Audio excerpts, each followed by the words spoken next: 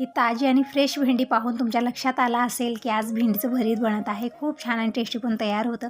त्यासाठी इकडे मी भेंडी बारीक बारीक कट करून घेतली. हिरवी मिरची देठं काढायची आहेत आणि साबुतच टाकायची आहेत. हिरवी चिंच टाकलेली आहे, शिजत ठेवायचं आहे.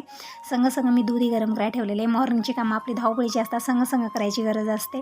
तर इकडं हिरवी मिरची, भेंडी आणि चिंच छान व्यवस्थित शिजलं गेलेलं आहे. तर ताटात काढून ठेवलेलं पाणी वेगळं करायचं आहे आणि सगळे जे ही वस्तू आहेत सगळ्या वेगवेगळ्या करायच्या आहेत. हिरवी मिरची, चिंच, भेंडी, कारण एकत्र हे वाटलं जाणार नाही.